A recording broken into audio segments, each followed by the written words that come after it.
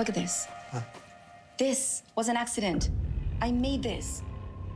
I was so afraid I ruined it, but then when I gave it to you, you said Yeah, accident. accidents are the best part. Yes. Why? Because it makes it one of a kind. Exactly. How'd you get your start? What start? In movies. I guess I was discovered. I want to tell you a story. It's a story you may think you know, but you don't. I think we're gonna have some fun. Bet your ass we are.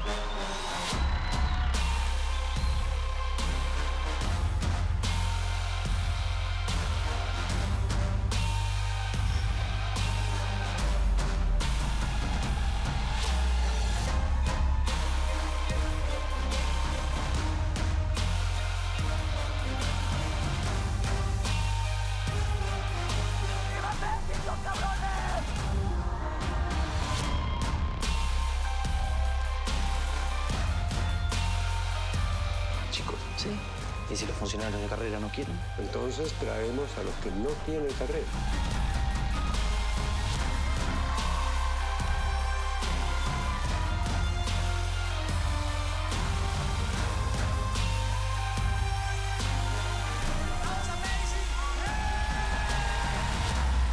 I'm sorry, that was way more dramatic than I intended. I'm sorry. The only reason I Love Lucy exists is because they wanted to be together so they could have a family. So they made this show, and now the rest of the universe has it, and they never got what they wanted. What if I told you you'll leave here different? Are you ready? Are you ready? Here we go.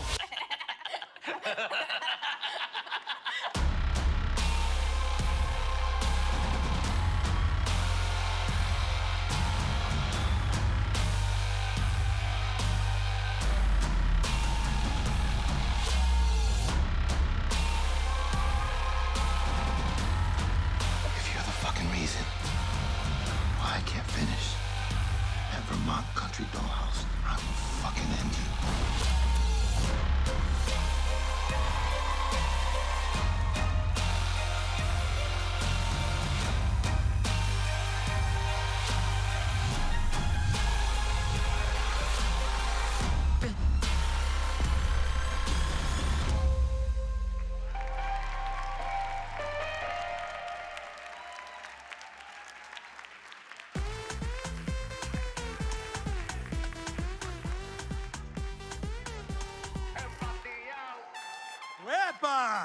Hello, everyone.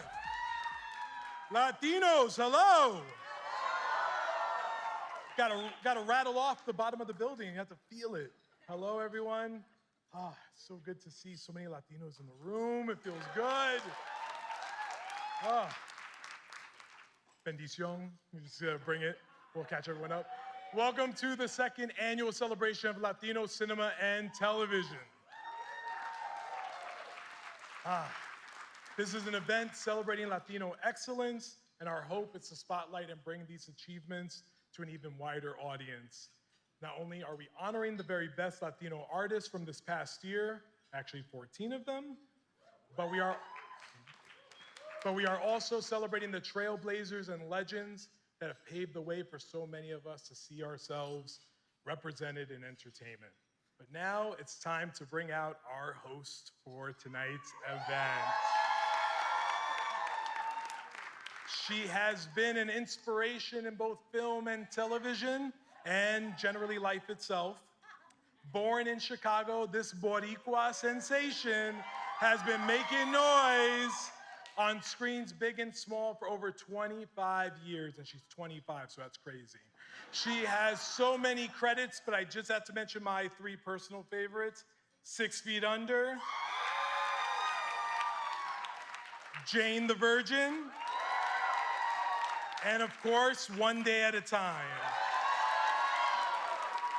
And next, she'll be starring in Blumhouse Television and Amazon's new series, The Horror of Dolores Roach, based on a very popular podcast. Can't stop, won't stop. It's my honor, and welcome the one and only Justina Machado.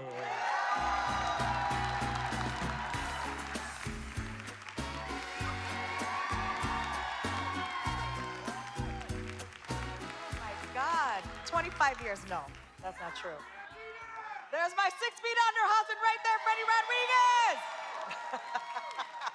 Thank you so much, Clayton, for that kind introduction. Tonight is all about us, right? Tonight is about celebrating the amazing talent in this room, lifting voices, and recognizing great Latino creatives from in front and behind the camera. Yes!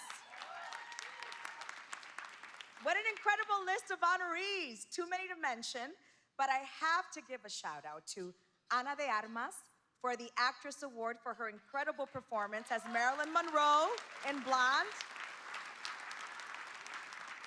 My sister, Gloria Calderón Kellett, is receiving the Producer Award for her series With Love. I'm just so proud of her. We are honoring the legendary Desi Arnaz, best known as El Cubano Ricky Ricardo on the classic TV series I Love Lucy with the Icon Award. Now, ese tipo, that he was a true game changer. He invented the multi-camera sitcom. You know, I heard that Desi will be played by James Franco. Yeah. When you shave his face, change his genealogy, and ignore everything about him, the resemblance is uncanny. We also have Guillermo Rodriguez from Jimmy Kimmel Live with us tonight. Guillermo, you have the best job in town. Your job is like a party every night. Now, our first presenter was born in Puerto Rico and raised in New York City. During his time as a social worker, he ran into a friend that encouraged him to do this audition for a little show he was working on, and that show was Miami Vice. 40 years later, he's still at it. We're talking over 160 credits in film and television, such as Count of Monte Cristo, Carlitos Way, Narcos, Oz, Shameless, and now he's playing Gomez Adams in the new Netflix series Wednesday. From the imagination of Tim Burton, he is truly one of our best. Please join me in welcoming a legend in his own right, Luís Guzmán.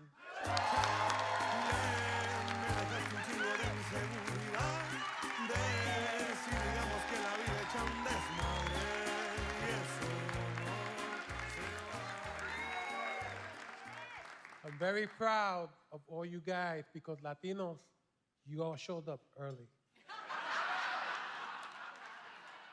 Second thing I want to say that I always want to say, and I have a room to say it, Latino!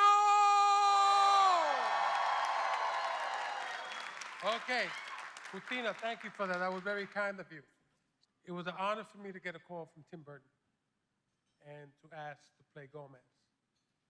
And I showed up, and there was this young, incredible Latina woman named Jenna Ortega. And I want to tell you, I didn't know who Jenna was. I don't watch TV, forgive me.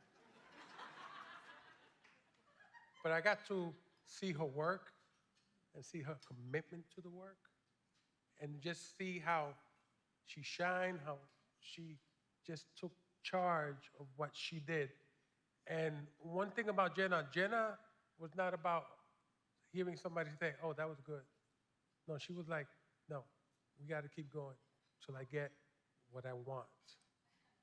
And I admire that from a 19-year-old. I'd like everybody to see a clip. We're going to see a clip of Wednesday, so check it out.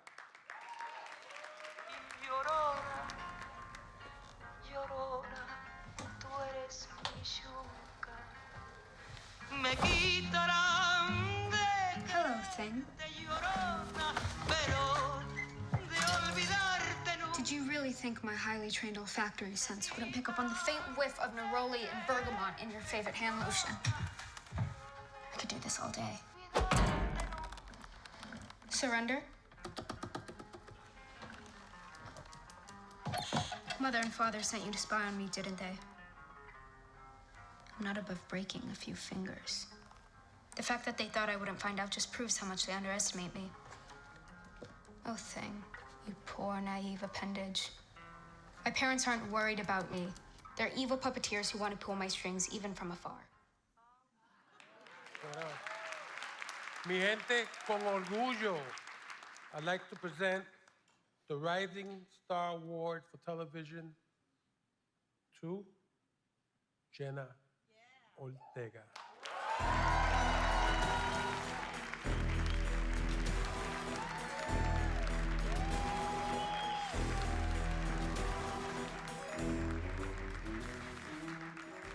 Thank you very much, Luis. You know how much I love you. Thank you guys. Ooh, beautiful room. I feel very, very lucky to be here. It's kind of intimidating, I'm not gonna lie, because there's so many people in this crowd that I've looked up to and admired for a really long time and have inspired me. And I'm very, very fortunate to be a part of a generation of Hollywood where I've had so many wonderful Latinos to look up to.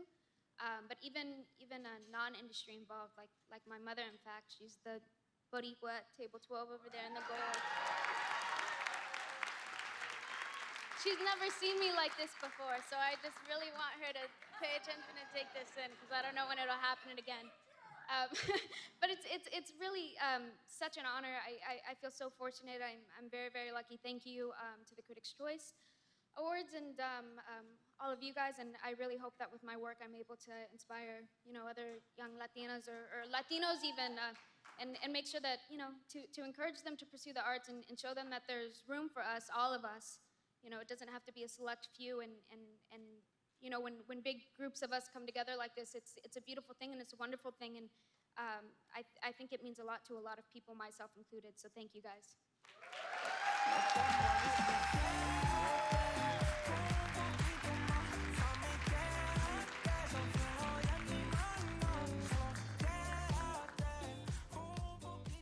Our next presenter is an American film and television director, born and raised on the US-Mexico border, who began his career as a personal assistant to Martin Scorsese, Nora Ephron, Robert De Niro, and one of our honorees tonight, Alejandro González Iñárritu. That's a pretty impressive list. Alfonso Gomez Rejon's television credits include Glee, American Horror Story, for which he received Emmy nominations for directing and producing, and numerous pilots, including Hunters on Amazon Prime, which he also executive produces. His film includes the acclaimed The Current War and the Sundance Grand Jury and Audience Award-winning Me and Earl and the Dying Girl. Join me in welcoming Alfonso Gomez Rejon to the stage. No tengo dinero ni nada que dar. Lo único que tengo es amor para amar. Thank you so much. You know him from Ray Donovan, Miss Bala, The Mandalorian, and The Undoing. And this year you can see him in Guillermo del Toro's Cabinet of Curiosities. But tonight we recognize Ismael Cruz Córdova for his barrier-breaking work in the face of adversity as Arondil in the Amazon Prime Video series, The Lord of the Rings of Power. Now, I've had the privilege of yes, go ahead. I've had the privilege of directing Ismael twice now, a front row seat to his extraordinary cinematic face. It's like that of a great silent film actor. Watching the way he approaches his characters physically, cerebrally, yet intuitively, finding their inner grace with imagination and humor, witnessing his freedom as an actor, holding nothing back is inspiring, and always a little mysterious. Ismael becomes. I can't say it any other way. He simply becomes that character. There's really nothing quite like locking eyes with him on set. Those stunning, mesmerizing, piercing, hypnotic eyes. And I'm talking about mine. And knowing that in that instant that we're about to go down a road together and discover something new. So Ismael made opportunities for himself when opportunities weren't easy to come by. Because of him, young Afro-Latino and Latino actors out there will find that the door is open a little wider. But we're only getting a glimpse of Ismael's extraordinary range as an artist. And I wouldn't be surprised if we're back here soon honoring him as a director in the coming years. He has that once-in-a-lifetime quality that commands the screen and our attention. And my respect for him as an actor is only rivaled by my love and trust in him as a friend. So let's take a look at some of Ismael's latest work. This was no ground shake. Someone dug this passage. Something. Men did not do this. Go. Warn your people. You're not coming with me. I must follow the passage the other direction. You don't know what's down there. That is the reason I must go.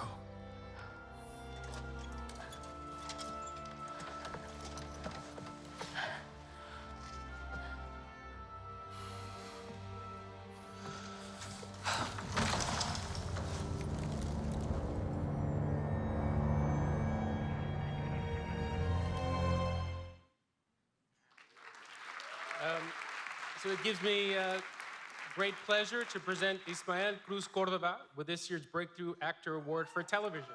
No one deserves it more.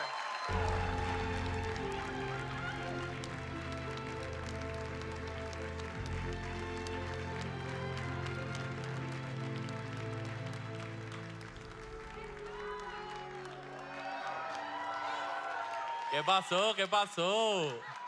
It's too quiet to be a Latino night. What's going on? ¡Que viva, que viva! Mira, ahora en inglés.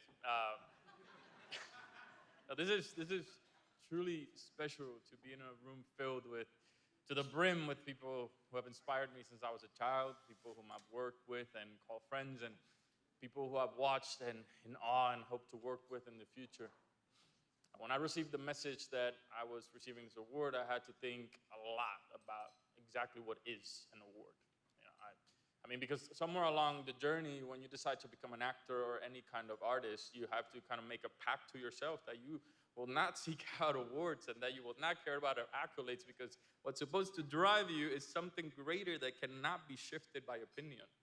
You know, and somewhere along the line, when I was homeless in New York City, going to every open casting call imaginable, I did make that pact, not gonna lie. So now, I have to think long and hard, what did this award even mean? You know, this year, one of my wildest dream jobs finally came to the light, as you saw, you know, in Lord of the Rings, The Rings of Power, mouthful. But for about 2 years now, since my casting in it was announced, I've been viciously and consistently attacked with the most vile and painful racism. So what is an award when every day you wake up and you are bombarded by violence online, when people are telling you that you shouldn't exist, that your skin color has ruined their favorite childhood books, that it's repulsive to have to endure seeing someone like me on screen? You know, receiving death threats, the latest, someone claiming to be in a very notable hate group, telling me to watch my back, that they were seeing my every move, that they would silence me if I'd continue to talk. So, what is an award then? Well, an award is a hand on my shoulder telling me, I got you. An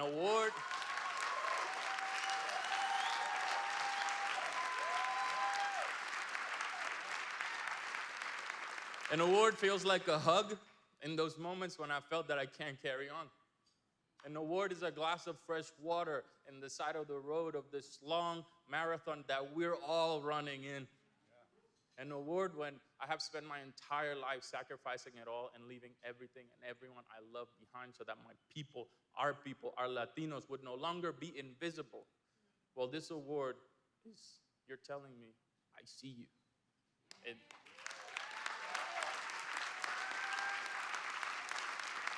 And that's what this award means to me. It's an affirmation because I'm not better than any other passionate actor that's out there that's been fighting to get an opportunity like mine. You know, my role in Lord of the Rings has become something greater than just a role. It has become a movement. You know, many people across the globe share their deepest personal stories of how they have felt invisible, cast away, mocked for dreaming to be part of narratives like this one. And now can finally see themselves represented in my work in power, strength, and dignity, things that we're not often given the opportunity to show. You know, all those parents whose kids say, oh, he looks like me, I can be an elf now, you know? Sending me the pictures of the little kids dressed as beautiful black and brown elves.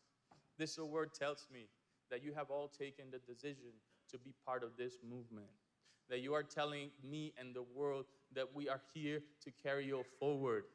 You know, some of that weight, to carry that weight, to not let anyone believe that you're gonna be silenced, that you're here to amplify all of our voices so that all of those that are trying to deafen all of our work here can hear us loud and clear, that we are here, we have been here, and we're not going anywhere, all right? So thank you to each and every one of you involved in giving these. Thank you for seeing us. Thank you for seeing us.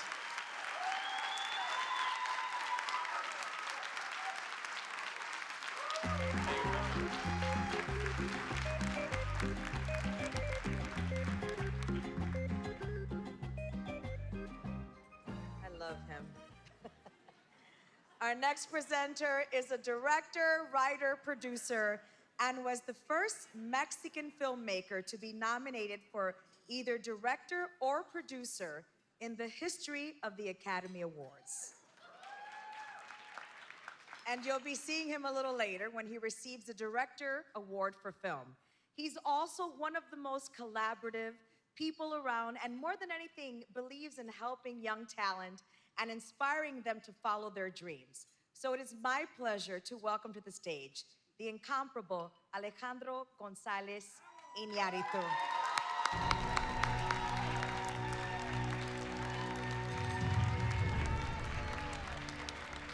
Gracias. Muy buenas noches a todos. Cristo Fernández es de Guadalajara, Jalisco. Tapatío, igual que este peligroso hombre Guillermo del Toro. Two tapatíos in this room is very dangerous, guys. Watch out your wall. I'm just saying.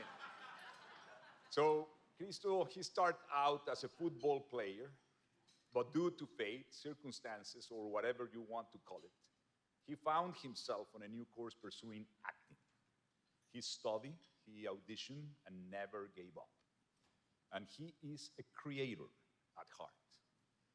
Ted Lasso gave him a worldwide platform to portray the character Danny Rojas, but it was Cristo who gave Danny dimension and made him stand out and connect with the audience in a very, very special way. There are always challenges and opportunities and more challenges and hard work. But one thing I know, Cristo, like me and as you, is a firm believer in hard work and persistence. I have been told that I am one of the Cristo's biggest inspirations, and what an honor that is to be someone that young Latinos can look up to. But what I know to be also true, even if he doesn't know yet, is that Cristo is already a role model in his own right. A role model to other young Latinos who want to create and who want to tell their own stories. Let's take a look at the clip from Ted Lasso featuring some of his great work. Let's take a look. Corazón. Ay, ay, ay, mi dedo. I hate dress shoes so much, Jamie. I know, muchacho.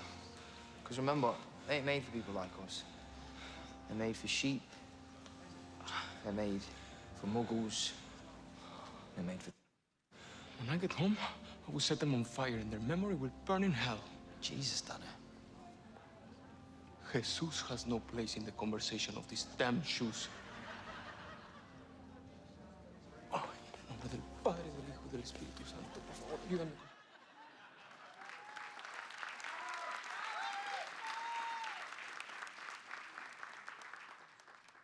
It gives me a great pleasure to present the very talented Cristo Fernández with this year's Rising Star Award for Television presented by IMDbPro. Cristo, congratulations.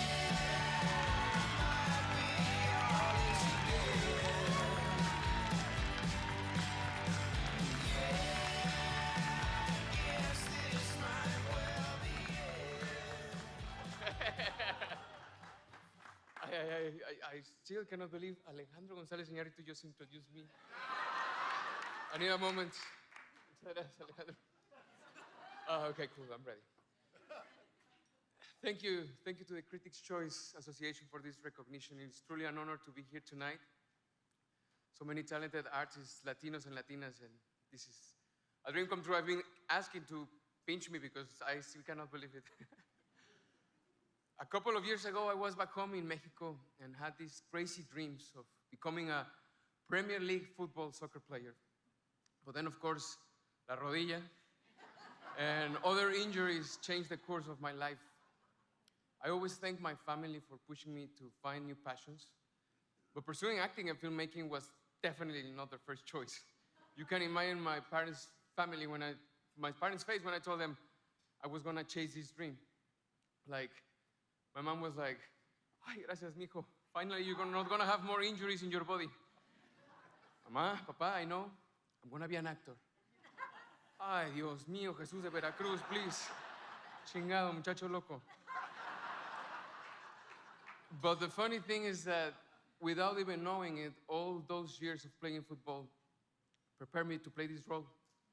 So when I touched bottom as an athlete, it ended up being the best thing that ever happened to me, and ultimately led me to be here with you tonight.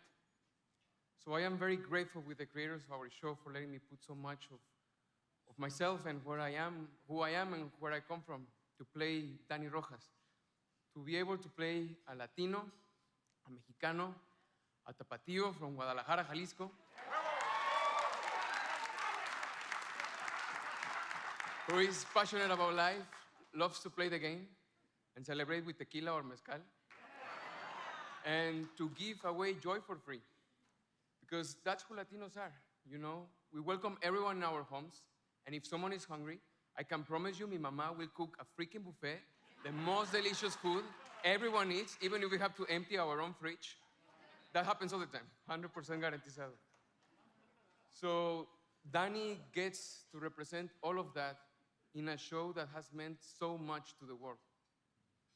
So I dedicate this award to God, my family, my friends, to all the cast and crew at Ted Lasso, to all the fans supporting us, to my AFC Richmond team, Jason, Bill, Brendan, Joe, and all the incredibly intelligent writers in our show for giving me this opportunity.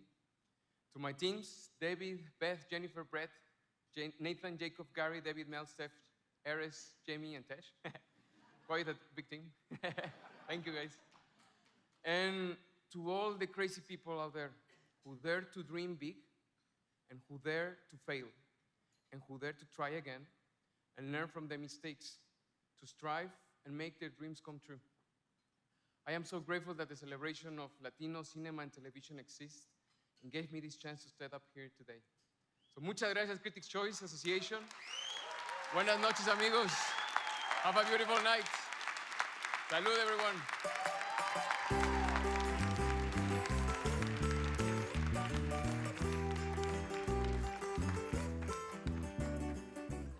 Our next presenter has been in the industry covering entertainment news as a reporter, host, and anchor for over 14 years. She currently is the entertainment anchor on Good Day LA.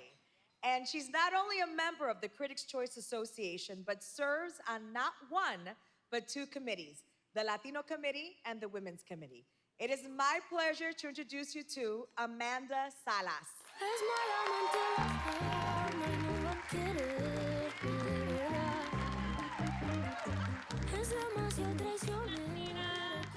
Thank you, everybody. So proud to be a Boricua in this room tonight. Many think they knew Marilyn Monroe from the countless photographs and pictures that have filled books, online feeds, and every form of media imaginable. That's an icon for you, an eternal, towering figure who transcends both time and place. In the incredible film Blonde, yes, Ana de Armas didn't flinch in crafting her Marilyn. She threw herself into a wildly transformative performance, resulting in the boldest work of her career, right? Yes. Anna's performance is one of the most heartfelt and committed portrayals of Marilyn we have ever seen. That's right. But behind the icon, there is always a story, usually a complex one. Anna tapped into deeper human currents with her depiction, adding unexpected dimension and clarity.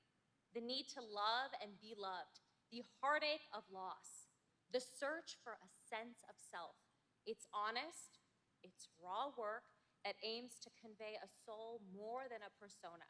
Simply put, Anna captures Marilyn with an unbridled spirit, engaging and a compelling grace.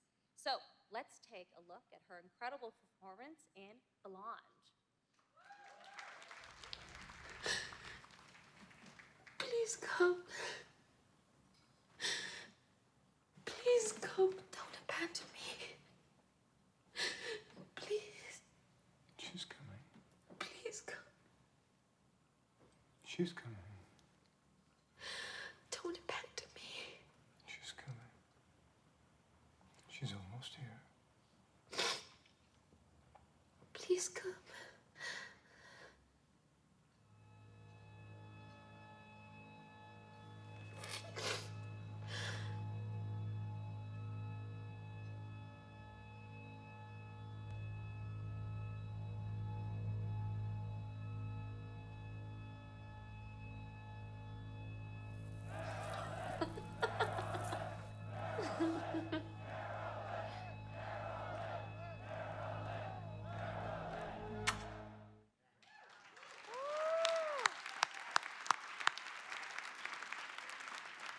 Okay, I am sad that Anna couldn't be with us tonight, but I am so happy that the Critics' Choice honored her anyway, as there is simply not a more worthy recipient for this year's Actress Award.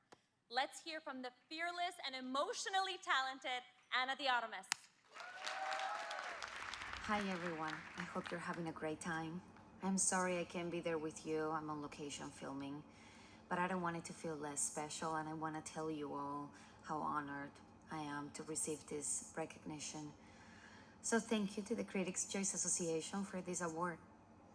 Blonde is the movie I always dreamed of making. And very often in my career, I thought I was never gonna get my chance to do something like this. And I'm not just talking about playing Marilyn Monroe, which was unthinkable for many. I'm talking about the opportunity, an opportunity that would make me really feel that I was breaking free from labels, that would allow me to push myself to my limits, that I was doing something groundbreaking that would prove to me and other Latinos that we can do anything if we're given the chance, and that not only I'm changed after the experience, but that also things might be changing because of it. So these opportunities are so important. And for them to happen, we need people in our corners supporting us and trusting us. That's why I will always be grateful to Andrew Dominic and Plan B, Netflix, the incredible cast that I had the privilege to have by my side, my hair and makeup team, costume designer, dialect coach. Thank you all for your full support, partnership, respect, and everything you did for me. Thank you.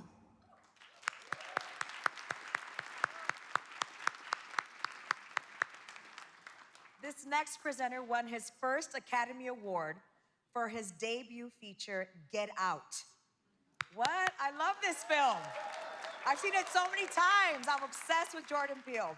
I don't know how many times I've seen it. I have Get Out nights. Anyway, this year, as the writer, director, and producer of the sci-fi horror film Nope from Universal Pictures, he assembled an incredible cast, including Daniel Kaluuya, Keke Palmer, Stephen Yeun, and tonight's honoree.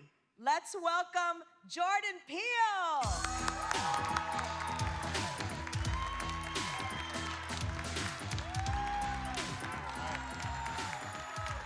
Thank you. Thank you. All right, I'm so excited to be here with you guys tonight. Thank you so much for that. When I first wrote that screenplay for Nope, I thought of this character of Angel Torres to be somewhat of a foil to my two protagonists, OJ and Emerald, played by Daniel and Keke. Now, he couldn't be remotely as cool as the leads, you know. He had to read like an open book. He had to be enthusiastic, kind of naive, earnest. That's what I asked for in the casting call. I put that out there, and I had a lot of great auditions where people delivered just that, which was the character on the page. So then Brandon Perea walks in. And first of all, immediately I'm like, nope, too hot. This guy's straight up caliente. I don't wanna, no, he seems, seems like he should be for a casting call for Step Up 2. You know what I'm talking about? Like, Step Up to the Streets. But then he gives his take on Angel, and he's playing a guy who's bored. It's also wrong, by the way. He's playing bored, irritable, conspiratorial. You know, I don't know if he didn't get the memo, but I just remember him playing tired and over it, and I just remember laughing hysterically, like I hadn't laughed in years. I couldn't tell why at the time, but it was his effortless interpretation of the character changed how I saw Angel. So eventually, because I used to be an actor too, and I didn't want to, I had to like take him down a peg, so I wrote him like this model girlfriend who had dumped him to be on a show on the CW, just to like take the character down a peg. It tracked. But otherwise, the Angel that you see in Nope was the Angel that showed up to that audition. And it was created by this brilliant, brilliant actor I had never met before that day. I'm certain we're gonna work a whole lot more together because he's not only an amazing collaborator, but he's a friend. Now, I wanted to show you guys 2 videos really quick, just so you can see the heart and determination of Brandon. He doesn't know I'm gonna do this, but first thing I wanted to show you was I brought him in. I already knew he was my guy, because he just had me. But I brought him in for the callback anyway. He was prepared, he was nervous. He didn't know he already had the part, so I just told him, he didn't have to do it. So this is what happened here. I think that your take is really good, and it really, but really changes I'd have to change the entire script, basically, I think, to kind of accommodate that thing. So I really like it. So I'm gonna change the entire script. Oh, shit. Fuck yeah. Yeah, you got it. You got the role. Oh, wait, what? Yeah, we're doing it, man. Oh my gosh, yo. You fucking got it. Dude.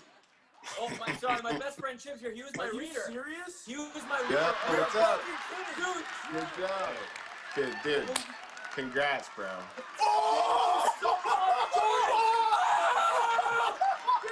bro! Are you? Fuck yes, I'm not even gonna hold you, bro. Man, this.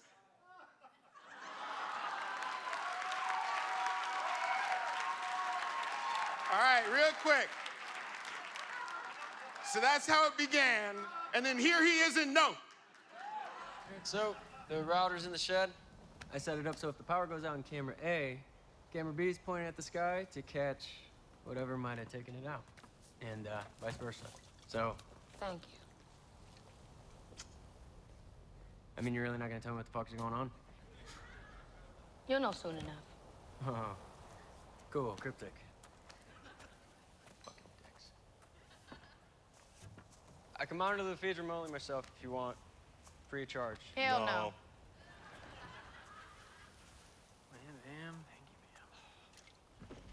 One more thing. You'll be getting a call from my supervisor asking how my service 5 stars, Angel, 5 stars. Thank you.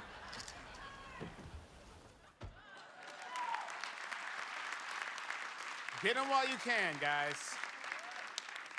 Brandon, I'm thrilled to present you with the Rising Star Award for Film presented by IMDbPro.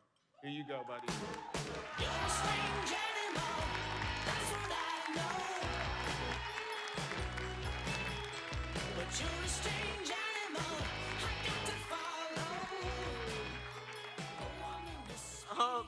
I'm sorry, I'm crying, man. That's the first time I seen that callback. Oh man, this is crazy. I had something written and I can't even think of that right now because, man, like Jordan Peele just presented me an award. Like, what is my life, man? Guillermo del Toro is right there. Alejandro Iñárritu is right there. Bro, this is crazy, man. I'm going as crazy as I was in the audition, man. But no, it's my first award for acting ever.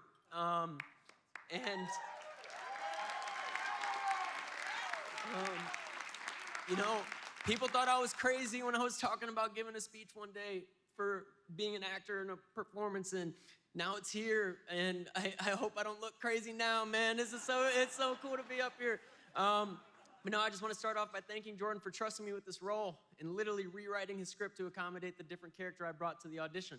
You know, I never understood the impact and importance of being a Puerto Rican and Filipino actor until I did this film.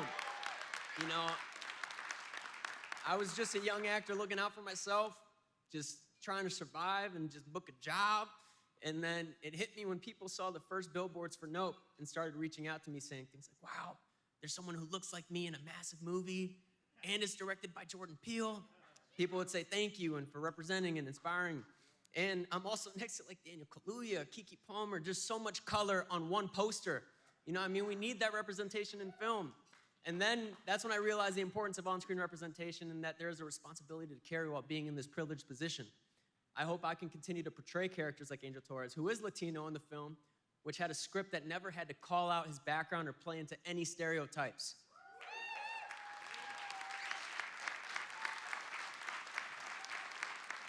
I just want to thank the honorees here tonight who have broken barriers in the industry and showcased possibilities to us, the new generation of Latino artists.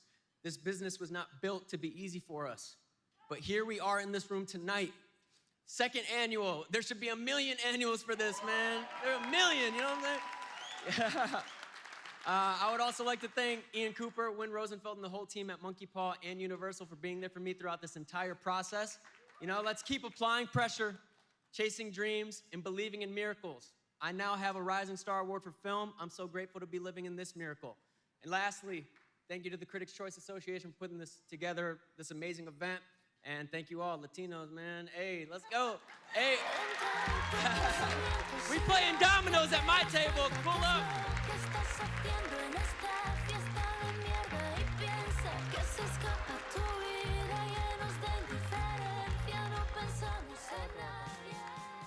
Our next presenter is a writer and executive producer and most recently created the contemporary sci-fi horror series From, which is currently one of the top 3 scripted series on Epix, soon to be MGM+. Please welcome to the stage, John Griffin.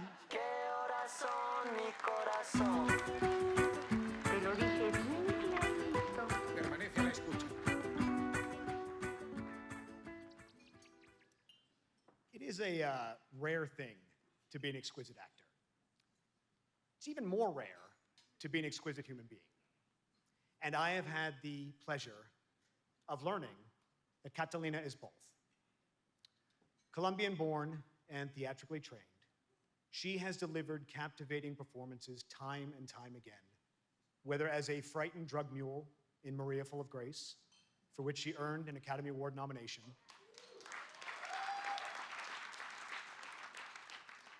or as a grieving mother in From, desperately trying to hold her broken family together in the midst of a living nightmare. Catalina's instincts and intuition are second to none. The passion that she has for her craft is an inspiration to everyone around her. We could not be more fortunate nor more grateful to have her as a member of our From family. So now let's please take a look at Catalina playing the role of Tabitha Matthews in From. I used to love this time of morning. I remember. Sometimes he'd stop crying just as the sun was coming up. It was like he was saying, "You've been up all night, my work here is done."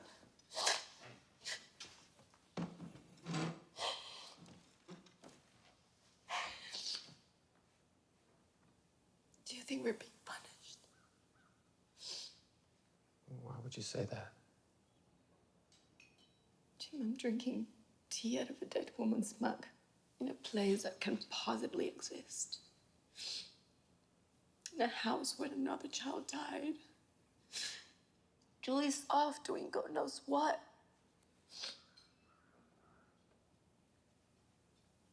we gonna do? I don't know.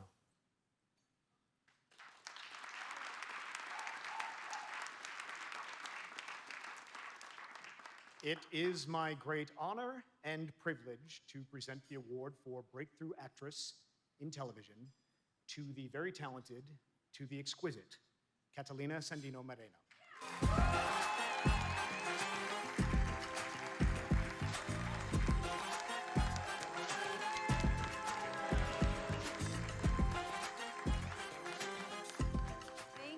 Thank you. First of all, I want to thank John Griffin and Epix for making this wonderful story come to life.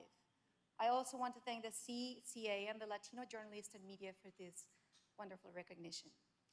In 2004, I played the role of a young woman, a victim of human trafficking by drug traffickers who emigrated to the US in search of a better future, a reality of millions of Latino immigrants.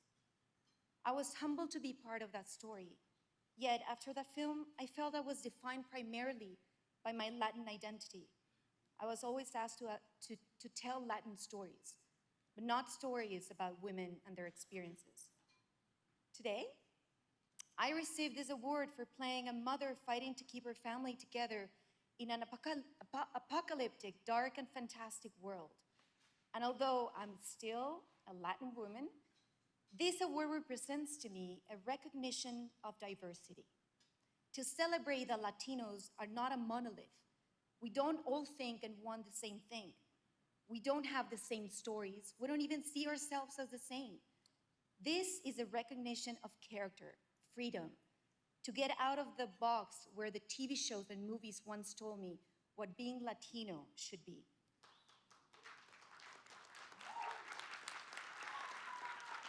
So thank you for allowing me to be more than I was ever told I could be. Muchas gracias.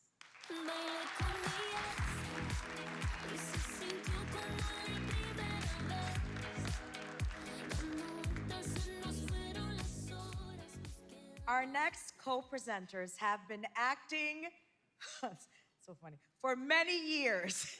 You may remember Constance Marie from her many seasons on The George Lopez Show, or perhaps best known as Marcela Quintanilla, the mother of Selena. Yes, give it up for Constance. And Benito Martinez has starred in The Shield, Sons of Anarchy, and How to Get Away with Murder, just to name a few. But these two together are responsible for significantly driving up the viewership on Amazon Prime Video's With Love. Please welcome to the stage Constance Marie and Benito Martinez.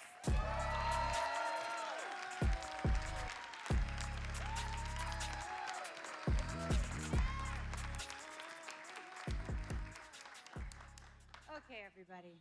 Can you hear me? All right. Are there brown people in the room? Yes! Oh my God, it makes my heart so happy. 35 years in the business, and finally, I get to see the beautiful brown faces, Benito. Yes, thank you. Okay, so we'll talk about why we're here. The force to be reckoned with, Gloria, Calderón, Kellett. Yes. Gloria has been behind some of the best shows to hit our television screens in the past 2 decades. Devious Maids, How I Met Your Mother, and One Day at a Time. Yes. And most recently, the wonderful show, if we do say so ourselves, With Love. A producer, creator, showrunner, director, and actress, educator, ambassador, and leader, singer, dancer, probably a juggler, walks on fire. Yes. Yes, Gloria does it all, and she does it all beautifully. She's a graduate from Loyola Marymount University, and later obtaining her master's in theater from the University of London. She's like so smart, it's unbelievable. And let me also add, she is superhuman, inspirational, brilliant, a proud daughter of Cuban immigrants' parents. Yes, Cubana. Her witty and relatable take on life, love, and comedy is all over our magnificent show, With Love. And it's the first series out of her production company. Yes, she has her own production company, Glow Nation Studios and Amazon Studios. So let's watch a clip and see some of Gloria's work. Hey, Mama, I am so sorry. I feel like it's always you who gets the metaphorical dousing. Honestly, I'm used to it by now. I know everyone thinks I'm a total mess, and they're not wrong, but I'm having way more fun than any of you. Actually, I've always admired that about you. Kinda feel like I've spent too much time coloring inside the lines. Sometimes I wonder what life would have been like if I hadn't. You're looking at it, baby. I mean, no kids. I stay up all night watching Bravo with my gay friends. I'm 44 and ready for more. That does really sound like fun. And you are 46. If I'm 46, then you're 52. I am 52. That is your choice. Oh.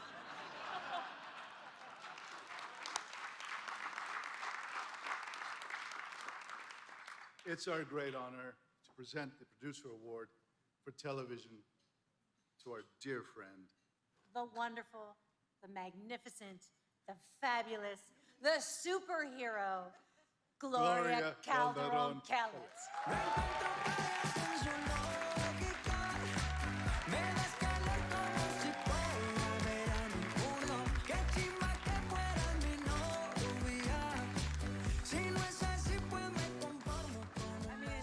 They already got the job. I don't know.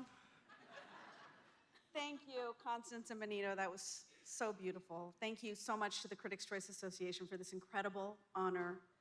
Thank you to Amazon, specifically the amazing Vernon Sanders, for showing up. Thank you to my incredible manager, Mark Provocero, who's always here, my ride or die, allowing me to make not one but two beautiful shows with a diverse cast at Amazon. With Love is now out on Amazon Prime. Check it out. And The Horror of Dolores Roach, starring the magnificent Justina Machado, will be out next year. And of course, One Day at a Time still lives on Netflix. To have been a producer, a Latina producer, with 3 shows that have Latinos at the center of it in non-stereotypical roles has truly been the greatest joy of my career. Because it's been a journey, y'all. And I remember before any big meeting, I used to call my mommy all nervous, and she would say Glorita, because she's Gloria. She's the OG. I'm Glorita. And she would say to me, Glorita, you walk into those rooms with the line of your ancestors, with their hands on your shoulder. So you tell me, what's your name? And I'd say, Gloria Calderón Kellett. Louder! Gloria Calderón Kellett. Coño, niña, your abuela needs to hear you from heaven. Gloria Calderón Kellett. Okay, that's right. Now make sure they don't forget it. And when times were tough, I would center myself on my why. Why must I continue to fight for my voice to be heard? And that was easy. My family.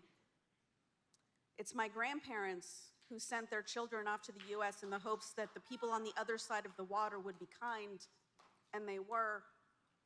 It's my parents who came here with a suitcase, not speaking a word of English, and sacrificed to send me to school and showed me that this country was mine too, and to take up space within it.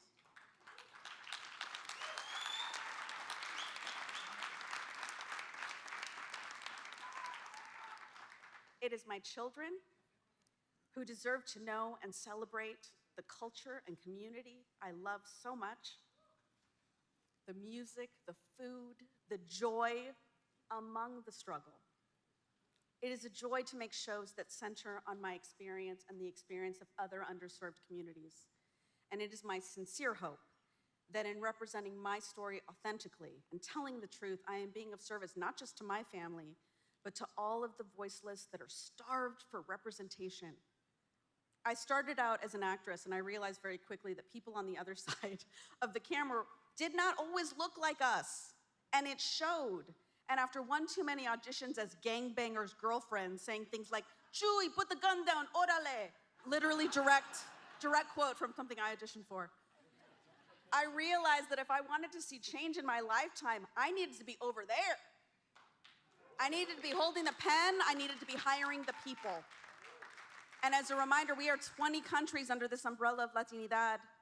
No one story or one show can possibly heal all of the years of erasure. But with the excellence of one, hopefully, there will be more. Which is why we must demand that Hollywood make stories not about us without us. It is not a coincidence that the stories that have had the greatest impact culturally are the ones where we have been the ones to tell the story. And I can tell you that there are a lot more incredible Latino voices out there ready for their moment to shine. So I close with a call to action. Get loud, mi gente. Take space. Walk into those rooms remembering that you are being held up by your ancestors and demand to be heard. And like my mother advised me, standing tall, tetas out, I am going to keep showing up loud and proud. Porque coño, my name is Gloria Calderón Kellett.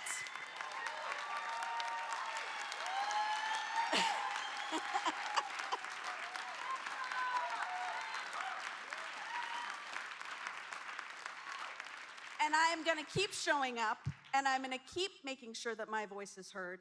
And I encourage you all to join me. Thank you. I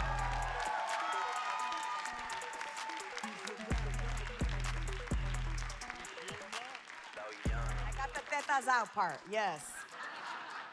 Our next presenter is one very talented actor. He co-stars in Fox's 911 Lone Star, alongside our next honoree, the elegant, beautiful, fabulous Gina Torres, who I just love. So please welcome to the stage, Rafael Silva.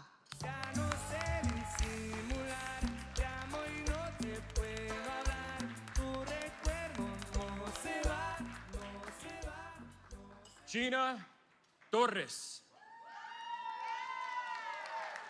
This woman can do it all. She's not just an incredible actress, she's also one of the best human beings around. She is. Born in New York City, this Afro-Cubana has been a shining example for Latinas in our industry. In 911 Lone Star, she plays Tommy Vega, an EMS captain and mother of 2 daughters, who shows the resilience that lives within every Latina we've all come across. Both on and off screen, Latinas never stop fighting for their families. They never stop fighting for those they love. She gives her all on the show. She always gives more than 100% in each and every scene, which is only a reflection of how she shows up in life too. She inspires the rest of us to dig deep and has paved the way to allow others, like me, to be able to tell our stories. See it for yourselves. Charles, we miss you a whole hell of a lot. And we're gonna be all right. We're good. And that's not entirely true. I'm not always good. I lie awake at night, wondering, would things be different if I had just come home just an hour earlier? Did you suffer? Are you still suffering? It kills me. It still kills me. Charles, if you're here with me right now, could you give me a sign? Could you make the lights flicker? Please.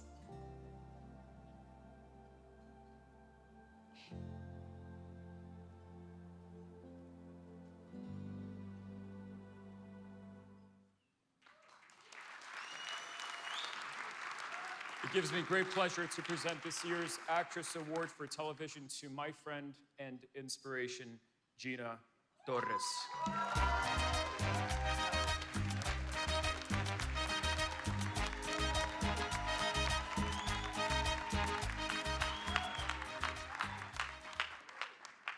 Wow. un amor. And this man is a beautiful example of my good fortune that I get to meet people like you who make me better as a human being and as an actress to share time with you. Thank you. Thank you, Critics' Choice Association, for this incredible honor.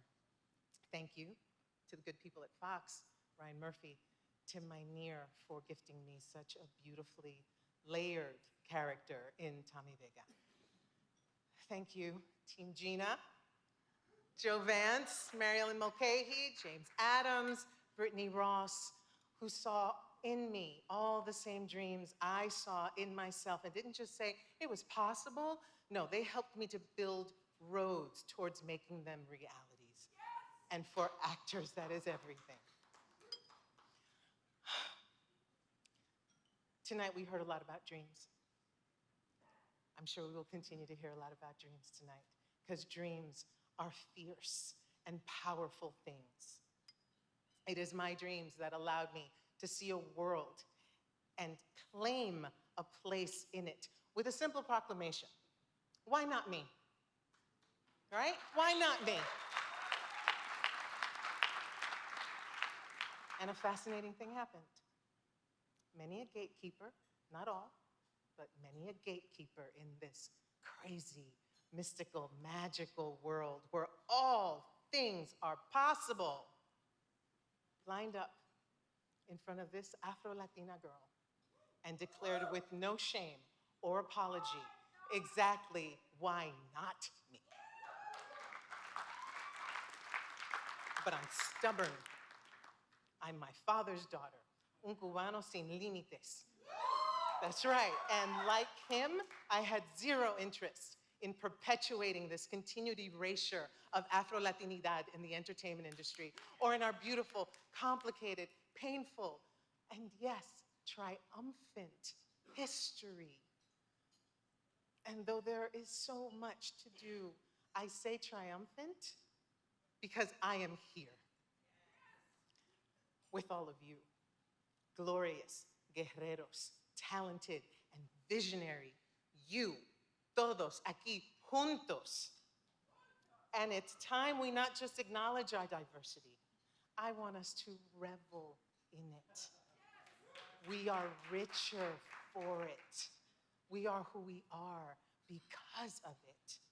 And when we work together and share the power of all of our stories, we are truly unstoppable.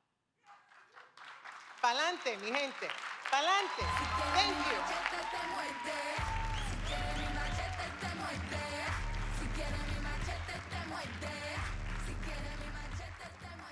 When you see amazing Latino and inclusive shows on television, there's always a champion behind the scenes making this happen.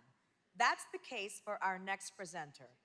As the head of global television at Amazon Studios, Vernon Sanders, a veteran of NBC, has continued this mission and has helped usher in a wide range of titles, including my upcoming series, The Horror of Dolores Roach. Please welcome Vernon Sanders.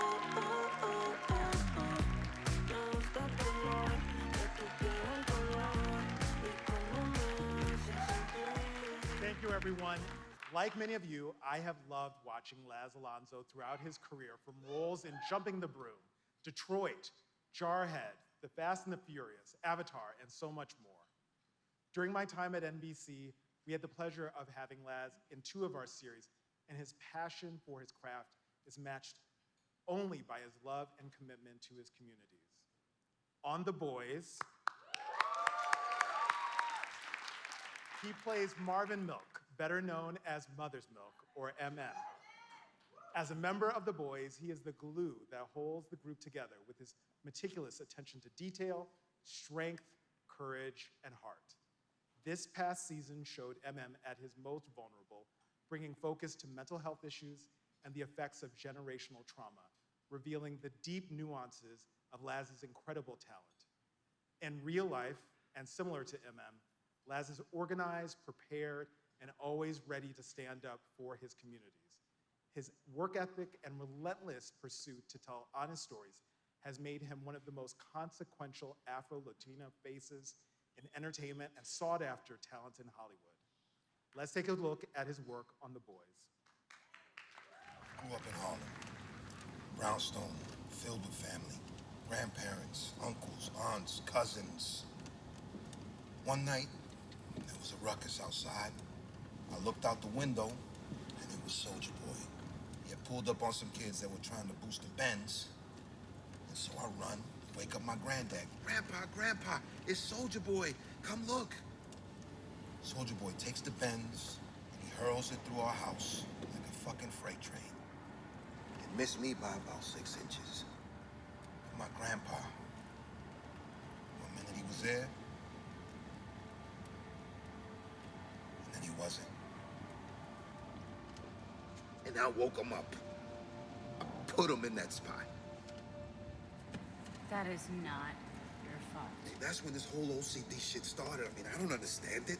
All I know is that if I didn't check the burners 3 times a night, Soulja Boy would come back and kill the rest of us. But I'm still that kid. Still getting up in the middle of the night, checking the burners. Because if I don't, Soulja Boy's gonna come back. And he's gonna kill my family.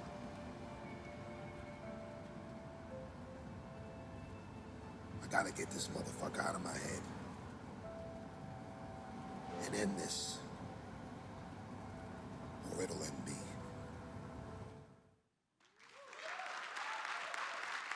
He is incredible. Laz, on screen or off, you walk with integrity. It is my great pleasure to present Laz with this year's Actor Award for Television.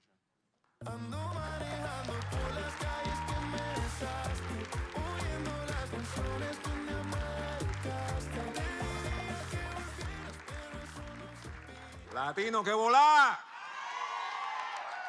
How's everybody doing tonight? First of all, I want to thank you, Vernon, so much for doing this for me. Give it up for Vernon. Thank you to Amazon Studios. Thank you to Sony Studios for giving me the opportunity to literally play one of the characters that I've completely fallen in love with and enjoy playing his life story. It literally warms my heart. I like this guy. And thank you to the CCA. Thank you to the CCA for allowing Afro-Latinos to be part of this room and to be seen. When I got started in this business, I've always been one of those actors that like to work with my agents and collaborate. I used to get the breakdowns myself and then call them and tell them what to submit me for. I don't do that anymore. My manager's looking at me like, yeah, right. And I used to tell them, submit me for Latin roles. Don't just submit me for black roles. I'm both. And they'd be like, yeah, sure. But they do it. And when I'd go in, I'd have to put this super exaggerated Latin accent like I just got in from Cuba, just so that when I walk in the room and they're looking at me like, you're in the wrong room. The black guys are on the other side of the building. But just so that they would see my Latinidad, that they didn't, Afro-Latino, that word didn't exist when I started in this business. And the first pilot that I booked, I was a Cuban barber with the crazy accent. And when the pilot went to series, the one character that got cut from the series, that didn't make it to the series, was my character. Why? Because the execs, no offense to any execs, they didn't get it. They said, is he black or is he Latin?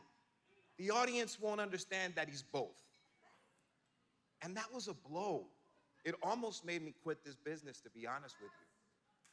Because to be told that who you are will never translate, it really affects a young actor. So instead of quitting the business, it became my advocacy. It became the flag that I put on the ground to say, Afro-Latinos will one day be seen in this business. And I'm gonna do everything in my power to kick down doors so that the ones that come after me, they'll have battles to fight, but it won't be this one. And here we are in this room. I licked my wounds, and I started auditioning again. And in less than 3 months, another breakdown came out. I get up in the morning, I make my little cafecito, open up the breakdowns, and there's a movie that Debbie Zane is casting, and that Sam Mendes is directing. That's right. And there's a role in there in this film for Ramon Escobar. Okay, they're looking for a Latin actor, all right? So far, everything looks good. And the next 2 words on that breakdown that they're looking for is a black Cuban. And at that moment, I said, there's progress and there's hope, and I'm not quitting this business, and we're gonna do this. So I just wanna say that the people in this room, we all have an opportunity, because change in this business is cyclical. It happens every so often, and when we have that moment, we have to do everything that we possibly can to move the needle forward for Latinidad, for Afro-Latinidad, for people of color, for our indigenous brothers and sisters, our brown and black faces that in all of our countries we have. When you look to the right and you look to the left, we see them. Let's make sure that when we have the opportunity to cast for projects and to cast for co-stars and to do chemistry reads, that we bring them in and give them an opportunity too. Let's not forget them in this Latin conversation. They're still part of the culture that makes us such a rich and amazing, entertainment base. And, I also challenge us to do it outside of Hollywood. Because everybody always asks me about progress and inclusion in Hollywood. And I always remind them, we need progress and inclusion all over the world too. It doesn't stop in Hollywood. Because we have black and brown actors in Latino America that aren't getting these opportunities, that are amazing actors. So with that, I say thank you. I say God bless you, everybody. Que Dios lo bendiga a todo el mundo. And have a great and amazing evening. Power to Latinos.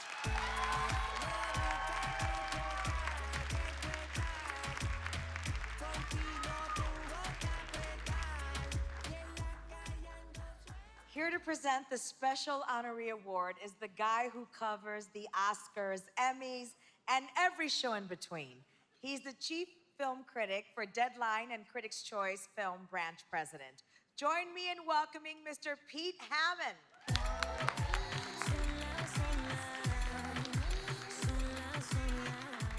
Hello there. Isn't this a great night? I am so glad at Critics' Choice we're doing this. There's so much to celebrate tonight, but I am here tonight to celebrate somebody with one name. Cher, no, I'm not her. Bono, Madonna, Rihanna, Drake. Our next honoree is recognized by a single name, Guillermo. Yes. Here's some interesting tidbits about the recipient of our Special Honoree Award. He started out as a real-life parking lot security guard for Jimmy Kimmel Live before appearing on the show. He loves soccer, all kinds of food, and his beloved dogs. He's been on almost as many red carpets as Sam Rubin and enjoys drinking tequila with stars as he's looking in the mirror. He's become a proud U.S. citizen in 2005. He loves anything Star Wars, especially lawn decorations. He's been Jimmy's sidekick for 19 years on ABC. So this is such a great reel. Now let's enjoy a look at some of Guillermo's work right here. I'm doing a movie about myself. You are? Okay. Yeah. So I'm the writer, producer, director. Okay. And I want you to audition for my movie. Okay. Action. Oh, Guillermo, that was amazing. You have ruined sex with me. You have ruined sex with anyone else for me. You know what's really great about this line? Yeah. I'm queer. You're welcome. Who's your favorite player to take a shower with? To take a shower with? Yeah. Edwin Rios. Why? I can't tell you. Hey, Coach. So, what do you think? How I did? Guillermo, you're one of the most unathletic people that I've ever seen. And you're possibly intoxicated right now. And you have absolutely no business being on a Major League Baseball field. But congratulations, welcome to the ball crew.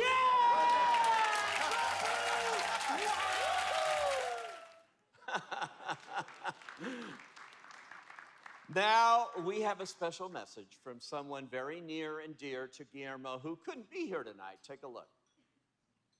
Hola, soy Jimmy Kimmel. Yo quiero felicitar a Guillermo por este premio. Guillermo, tú eres mi amigo, mi hermano, mi compañero y a veces mi enamorado. Eres un hombre querido por todas las edades y tu bigote es un símbolo de libertad por todo el mundo. Te amo con todo mi corazón y cuando yo me muera, quiero que tú estés enterrado 10 pies a la derecha de mí, aunque estés vivo. Nos deseamos muchos años juntos y espero que nosotros bebemos muchos botellas de tequila en el futuro. Guillermo, felicidades y salud. Salud. ¡Viva Guillermo! Thank you, Jimmy.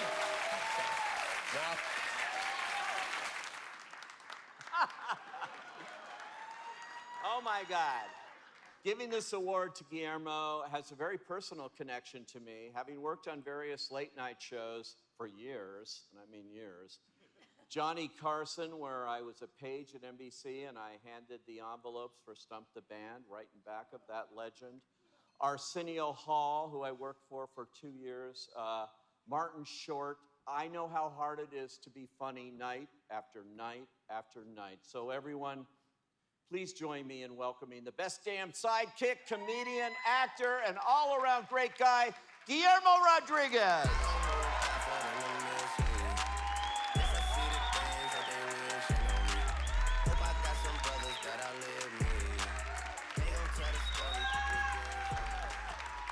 ¡Que vivan los latinos! I just want to say thank you to the Critics' Choice Award. Also, I want to say thank you to Jimmy Kimmel for changing my life. You know, other boss will fire you if you're sleeping in the car while you're working. Jimmy Kimmel told me, no, I need you because you're funny, because you enjoy life, because you are yourself, and you are very nice with everybody. You treat everybody with respect. And I told Jimmy, but I'm not an actor. He goes, don't worry. We have tequila for you, and you're gonna enjoy your life. And I say, okay, Jimmy, thank you. And listen, Jimmy told me, Guillermo, always be nice to everybody. Always. With directors, producers, writers, with anybody. It doesn't matter the colors, it doesn't matter who they are. Always be nice with everybody. And also, I don't want to get in trouble, so I want to say thank you to my beautiful wives right there. Yeah. And my son, Benji, who's at home. And also, I want to say thank you to Jennifer Lopez, Salma Hayek, and Sofia Vergara, and Eva Mendes for choosing me the sexy Latino in 2022. Thank you. Thank you, everybody.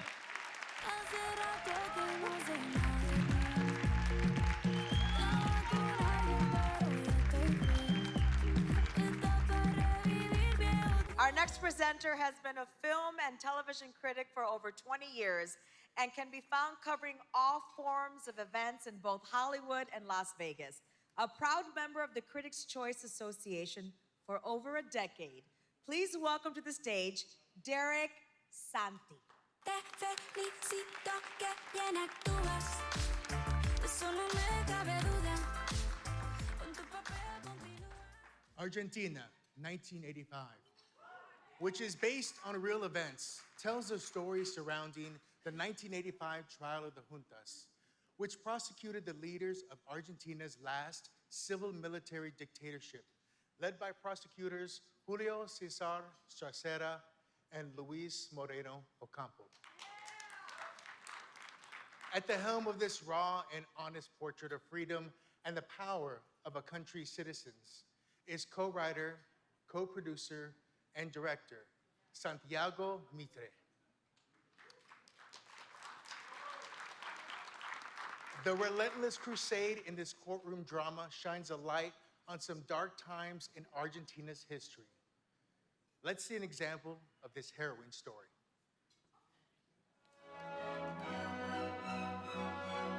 ¿Y de qué temas sí querés hablar? De ninguno.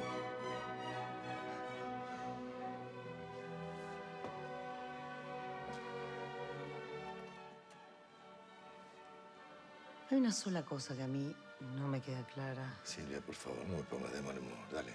Yo no entiendo si vos estás así Silvia, porque tenés miedo por favor. de que la cosa no se haga. Silvia. O porque tenés miedo de que la cosa sí se haga.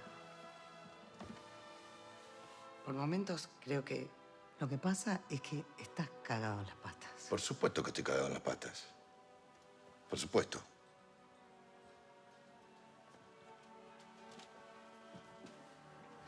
¿De qué tenés miedo, Julio? De todo, Silvia. De todo. De que todo esto es una trampa, que me estén usando para algún tipo de negociación. De que les pase algo a ustedes. ¿Y de no poder hacer nada? ¿Otra vez? Vas a poder, Julio.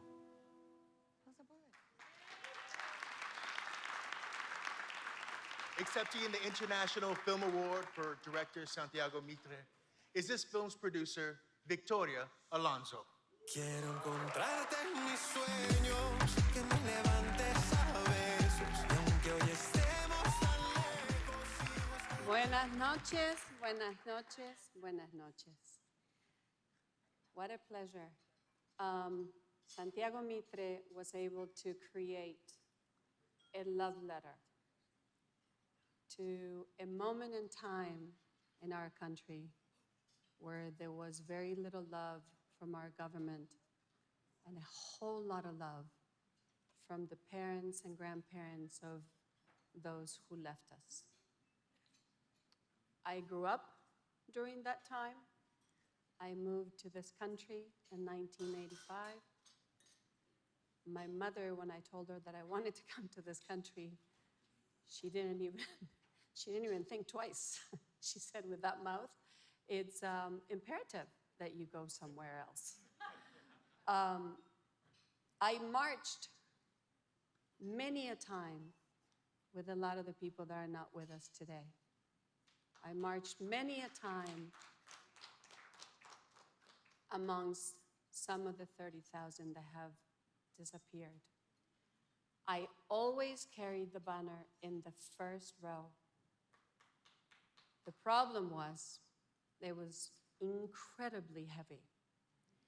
And it was because of that heaviness that I ended up in the third and fourth row, which is exactly the reason why I am alive today. When they shot the first row and the second row, and then we ran. We have been able to create a story alongside with Santiago and Mariano Ginás that actually reminds us of what we can never become. Never become what we have been. It is our love letter to our youth. It is our love letter to any country that has felt what we have felt. It is through memory that we can create justice. And within that justice, we can have democracy. A world without democracy is a world with little hope. But what we have been able to create with our amazing, talented cast led by Santiago, by Ricardo and Peter, and our incredible group of creative producers led by Axel Kuchavatsky, we've been able to create a reminder that we are better than this. The violence has no place, and that we could, through the love of what we have for each other and community, we can create a better world for our children. And I look around and I look at all of our youth, and it makes me incredibly proud As you know, I have planted the flag of diversity and inclusivity in this town.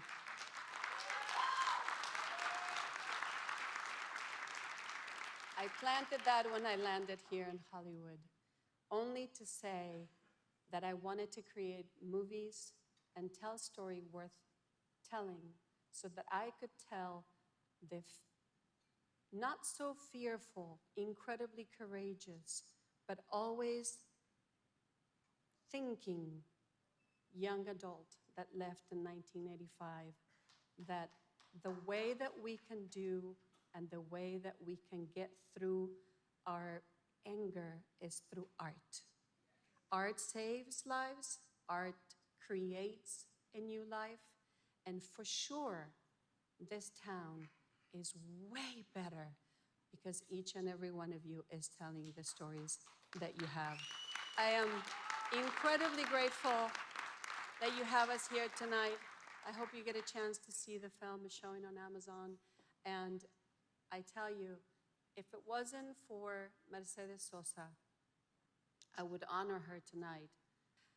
Thank you, thank you. Gracias.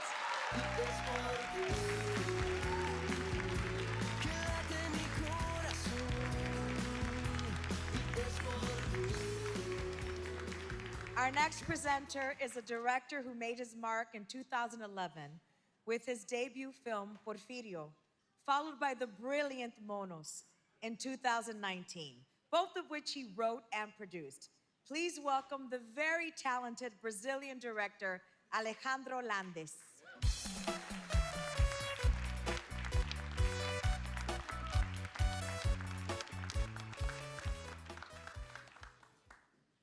Buenas noches.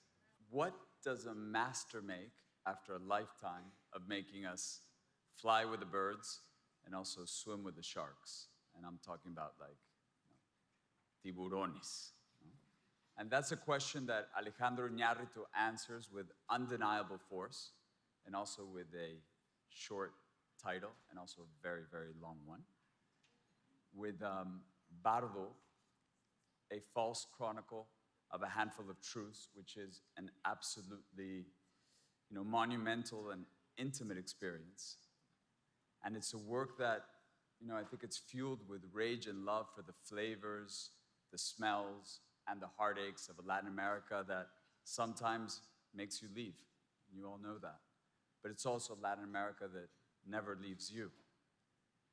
And Alejandro walks that tightrope between the me and the us. And in the end, in a world that seems to value certainty above all else, he's got it in him to lean into the raw beauty of simply not knowing. And he does it time and time again. So watch a little bit with me. Bardo. What is the purpose of your trip? We live here. No, you don't live here. Fingerprints? Oh, yes. We do live here. I'm a journalist, and this is my home. This is not your home, sir. You have an O1 visa. Please look at the camera. Yeah, I have an O1 visa because I work here and I pay taxes here, so I think I can call this place my home. Fingerprints? No, sir, you cannot call this place your home. He was aggressive. No, I really need him to give us an apology. Sir, I'll take care of it. No, I need an apology now. Pa, ¿qué pasó? Ya déjalo. No. I need this guy to say this is our home. Say you are sorry. Say you are sorry. Come on. Say it. Say sorry. Say it. Vete, cabrón.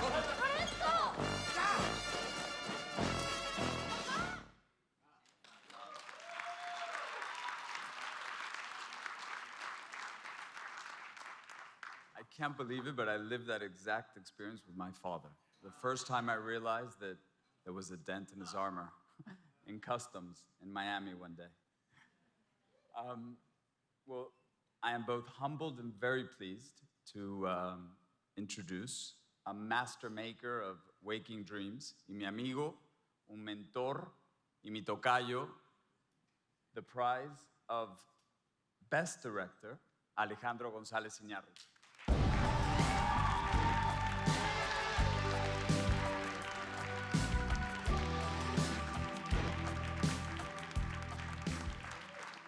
Gracias. Gracias a todos. Gracias, Alejandro, por este increíble, bonito momento.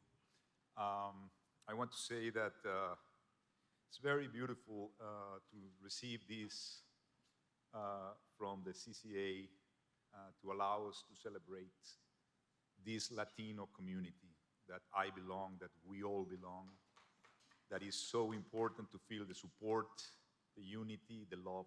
And I feel very, very honored, very humble, very special, especially because I did this film that talks about many of the stories that we share tonight here in a different way. I think that, you know, Latino, Latina, Hispanic, Latins, Latinx, Latina, no word will be able to never pin down, to describe, to reduce us in a way that doesn't matter. The diversity, the complexity, the richness of our cultures and the difference of our countries and the hundreds and thousands even of language. Yes, we speak Hispanic, but that's part of our story. But before that, in Mexico, only in Mexico, there's 110 languages from indigenous communities. So the complexity is very hard to understand. But that's why we are here, right? To make it clear that we are together in something that is, even when we come from such a different backgrounds and geographies and cultures, and is that we are united, I think, and I discovered making this film, for this mysterious feeling that is almost ungraspable and uncomfortable, which is that we left part of who we were, who we belong, but we had to sit comfortable in what we are becoming. You know, that's the most important thing. We are becoming every day. And that's a tough one because it's like to be walking in something that is not stable, but it allows us to have a space and opportunities every single day. And that feeling is what unites us, that we lost something, that we are getting something every day. Every day we are getting something.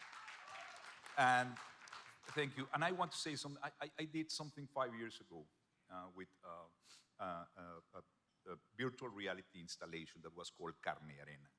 And I interviewed more than 500 immigrants that cross the border in incredible difficult circumstances. That really thing, my experience with them touched my heart. I saw the incredible complexity of the stories and the backgrounds and the reasons why they left, what they were pursuing, how different it was, each of these persons that suddenly we just call it immigrants, you know, and whatever attachments or adjectives can be said. And that was so inspiring for me. This film came from that. I was triggered by that thing. And what is my story? No matter if your story is successful or not, we are so privileged to be here tonight because we have had opportunities and we are in a great situation. We are not normally the proportionate kind of thing, and that's why we are here, to help the others that come to really make it better. Lastly, I want to say something. I'm so glad that this is happening, that this reunion is happening, and hopefully it's growing and growing, because I have something that I want to say that it was important for me. My father, who was a wise man, every time that he came to visit me, we were driving in the city to wherever, and he a couple of times told me the same thing, that questioned me, and I didn't have an answer. And he said, "Mijo, ¿cuántos libaneses hay en México? How many Lebanese people are in Mexico? Mexico City, where we come from." And I said, "I don't know." "Well, around 4,500. And they have a Lebanese club. They have a Lebanese hospital. They have a Lebanese school." "How many English people are in Mexico City or in Mexico?" "I don't know, 16,000. And they have an English hospital, an English school, blah, blah, blah. How many the community of Jewish people in Mexico?" "I don't know, 75,000. "Well, they have an Israeli club, they have an Israeli hospital, they have a blah, blah, they have." "How many Mexicans live in LA?" And I said, "Around 5 million. And he asked me, "Have you seen a Mexican hospital? A Colegio Mexico? A Club Mexico?" No. And it was something that really stuck with me. What I mean, is that what we are doing is what we have to do to create our own community to give us collective power. And this is what we need to do. Anyway.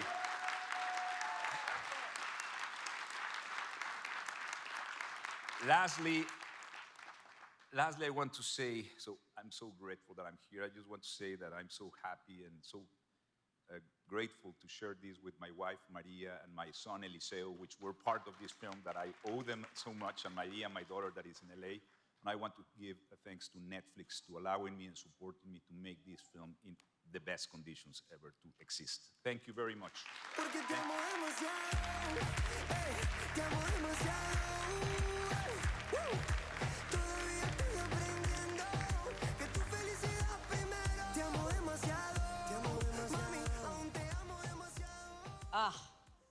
A badass Latina is coming back to the stage. She's a goddess, a diosa, a voice for our people, for Hollywood. She knows how important it is to tell our stories, to change the narrative and uplift our community. Welcome back to the stage, Gloria Calderón Kellett. They call me Cuban Pete. I'm the king of the rumba beat. When I play the maracas, I go chick, chicky, boom, chick, chicky, boom. Hello again. In March of 1917, greatness was born in the island of Cuba. Desiderio Alberto Arnaz arrived in the world. Known to you all as Desi Arnaz. He was a musician, a dancer, an actor, a producer. This is well documented. What is less known is that he used his talents to entertain the troops and kept up morale, serving in the US military in World War II. And on October 15th, 1951, he co-starred in the premiere episode of a little show called I Love Lucie, alongside his wife, the esteemed Lucille Ball. Desi was a trailblazer. His production company, Desilu, went on to produce numerous TV shows and specials. He invented the multi-camera sitcom. He popularized the conga line. He has not one, but 2 stars on the Hollywood Walk of Fame. Desi was fearless in a time that it was even less friendly to be Latino. So this Cuban man becoming an industry icon was even more extraordinary given all that he was up against. The network didn't want him to play Lucie's husband because who would believe that a Cuban man would be married to an American woman, even though it was real.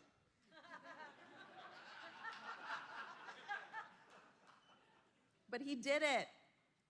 And in playing Ricky Ricardo, he exposed America to a hardworking, handsome, charming, talented, funny Cuban man.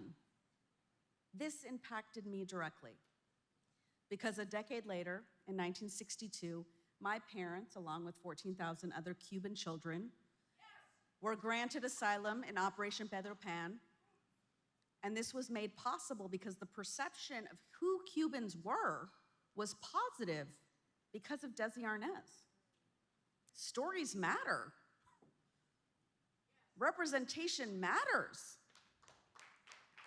I would not be standing here today had that man not been on that sitcom.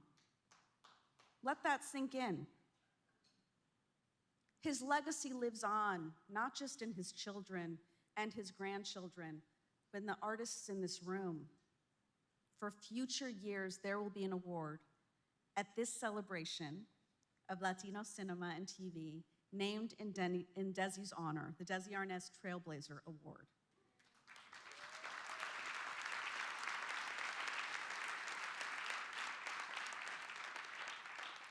We have so very much to thank him for. So let's watch this sizzle about Desi to remind us of what an incredible trailblazer he truly was and the hurdles that he overcame to be Desi Arnaz. It is my privilege to present to you the co-star of the I Love Lucie show, a grand fellow and a great showman, Mr. Desi Arnaz. Good evening, ladies and gentlemen. Thank you very much. Desi brought sophistication where Latinos have hardly ever been seen as sophisticated. And that's climbing a big mountain. I got to this country, broke. I didn't speak the language. I was just trying to make $1. Because I had nothing to start out with. I Love Lucy. Here's Lucille Ball and Desi Arnaz. No one wanted him to play my husband because he was Cuban. And they wanted a real American couple. I don't think I really understood at the time how groundbreaking it was for Lucille Ball to make sure that Desi Arnaz played her husband on TV, and the amount of gatekeeping that happened at the time that Desi had to push through and frankly ignore to become the boss that he was. I was always the guy that didn't fit. But I had only two choices, either quit or get bigger. Desi was not somebody who relied on luck. It came about that he was a great producer, which amazed all of us. It's what they call the Desi Lou technique. They were the only people filming a sitcom in front of an audience with moving cameras. They were the only people doing it. Desi established the rerun model that transformed the entire television industry. They established their own studio. I mean, that's an enormous operation. At Desi Lou, we're aiming very high.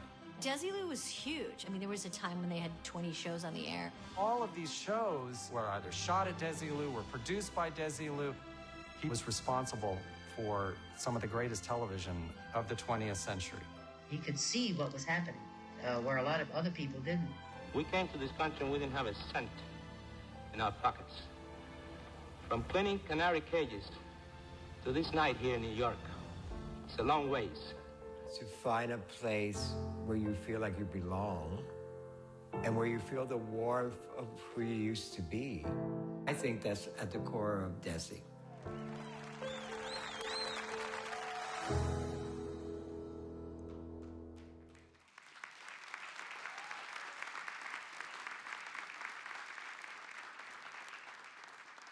It is my distinct honor to present this special Icon Award to the great Desi Arnaz. And to accept is his daughter, Lucie Arnaz, a very accomplished actress, producer, and singer in her own right. Apple certainly did not fall far from the tree there. Listen to this beautiful message that she has for us. Thank you. I know my father would be humbled and so very grateful to be recognized in this way with this tremendous honor. I know if he were here, however he accepted it, he would make you laugh. And then he would immediately thank all of the people who mentored and guided his choices and his decisions along the way. You know, those who first gave him a leg up in the music world, like Xavier Cugat, Buddy Rogers, Rogers and Hart, George Abbott, Bob Hope, and certainly those who worked with him and his wife on I Love Lucy, helping create a way to capture their brand new television show, not on tape or kinescope, but in front of a live audience on film. He would thank those other pioneers like Carl Freund, Jess Oppenheimer, Mark Daniels, Al Simon, Danny Kahn, Bob Carroll Jr., Madeline Pugh Davis, Vivian Vance, William Frawley, and everyone from their on-set family who were so intrinsic in making that 70-plus year show the legend that it has become. He would have shared this honor with all of them, but saved his greatest appreciation for the woman whose name was in the title, my mother, Lucille Ball. As he once joked to one of his writers when Mom nearly tripped over a camera cable, "Careful, fellas, without her, we'd all be in the shrimp business." And as if that wasn't enough, he turned that super success of theirs into this mega business champion, parlaying it into buying an entire studio, which became the most successful television studio in the country. And he ran it while he was still performing on the show each week. My mother was totally in awe of his inexplicable natural abilities and always, always gave him 100% of the credit for their success. She said many, many times, he just did it all. My father had guts, chutzpah. He was never too ashamed or embarrassed to ask why or why not. He trusted his instincts. He got stuff done. He hired great people. He trusted them to do their jobs. He was musical, lyrical, magical, adorable, professional, and somewhat invisible. It's only recently that my father's achievements in front of the cameras and behind the scenes have been celebrated so. And I know that wherever he is right now, He's basking in a glow of pride that can only come from such an honor as this, and from a group that he deeply, deeply respected. On behalf of my father and on behalf of my brother Desi and our entire family, I want to thank you. Thank you for acknowledging his life accomplishments in this wonderful, long-lasting way. Thank you.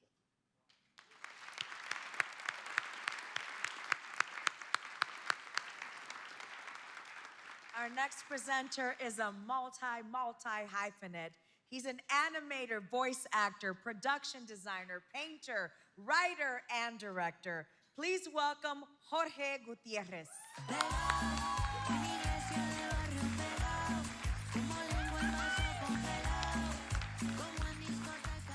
Hello. All right, before I start, I'm going to tell how Guillermo del Toro changed my life story really fast. So, after 15 attempts, finally, I'm invited to pitch to him at his house. Back then, he had 2 houses, one with his family and one with all his crazy, amazing collection of beautiful art. So we go to that house. It's August in LA. It's super hot.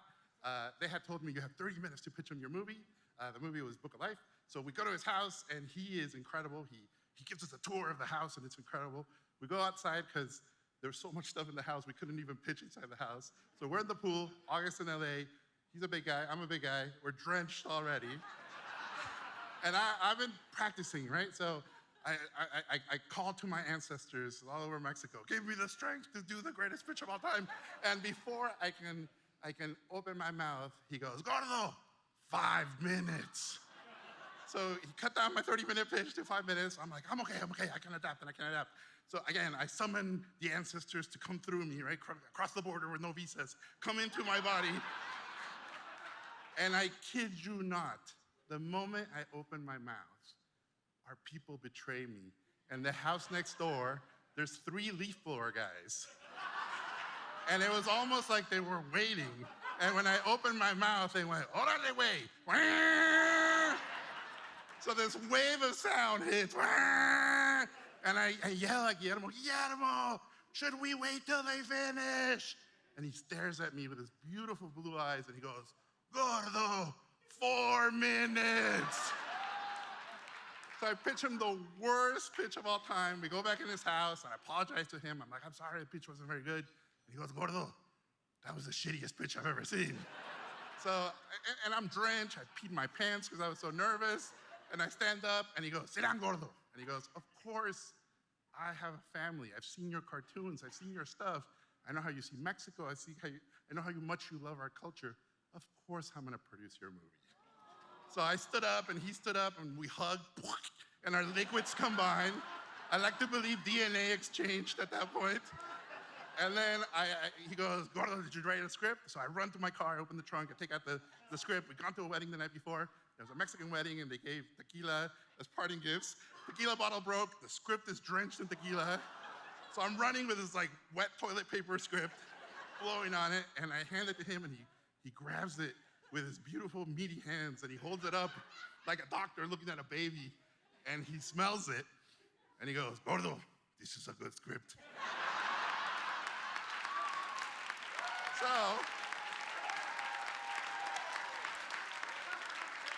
true story. So, thank you, cinema gods, for El Maestro Guillermo del Toro. We have a business full of people who appreciate the movies, but Guillermo del Toro is actually in love with them. And the movies, they actually love him back. You see this love affair splash into decades of cinema, everything from Kronos, Devil's Backbone, Blade 2, Hellboy 1 and 2, Pan's Labyrinth, Pacific Rim, The Shape of Water, Nightmare Alley, and soon to join the upcoming fucking masterpiece, Pinocchio. And not only does Guillermo love movies, but he loves movie makers. I don't know of any established director like him who has put so much of his personal time, endless effort, and love into producing so many first-time directors, such as J.A. Bayona with The Orphanage, Andy Muschietti with Mama, Peter Ramsey with Rise of the Guardians, and myself with The Book of Life. To mentor a new generation and continue to make his own unique and brilliantly personal films is an unmatched legacy. And after all that, all those magnificent films, winning Oscars, he's still the kindest, most noble, charming, generous, and sweetest man on the planet. I think you all know that Maestro del Toro is the best. But let's look at why he is the best.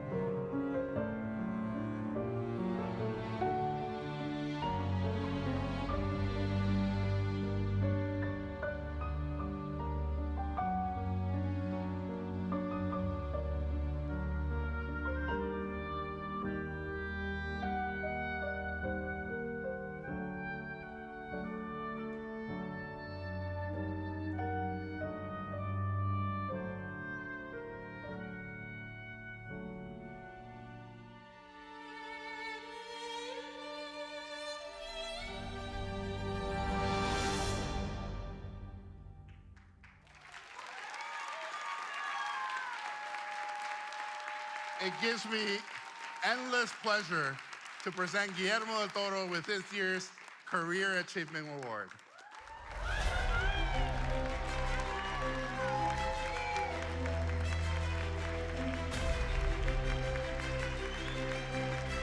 Thank you. Thank you. Thank you very much. Thank you. Thank you. Hey! Thank you. Thank you. Thank you very, very much. Thank you. You know, I want you all to know a few things that you don't know about me and about yourselves. Nobody in this room is alone. Nobody. We do exist together, here and out there in the field. Many of you I've known because you're here first time from me from a phone call to tell you not to give up, or a letter to support your movie, or a moment in which you invite me to your editing room and that's where we meet, you know. And I've always felt that kinship with the industry. And when we arrived here in the 90s, it was absolutely brutal. You know, I did my first movie at 28, Kronos, and I didn't do the next one for more than 4 years, Mimic. Did it have anything to do with being Latin? A little. And have I ever felt the glass ceiling?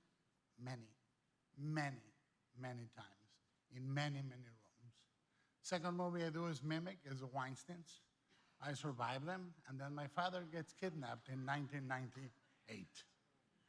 For 72 days he's kept, and I have to leave Mexico. I never thought I would have a career in American movies. I wanted to make middle-class fantasies in Mexico, in the barrios of my city, with international mids reduced to a little house in the corner of Guadalajara. I couldn't, I came here. And I think that from that movie to the next, for some reason, another almost 5 years. Did it have anything to do with being Latin? Maybe a little. I have written or co-written and developed 34 screenplays. I've made 12 movies, which means for 20 years, they have told me to stay in my place. And I've said, fuck you.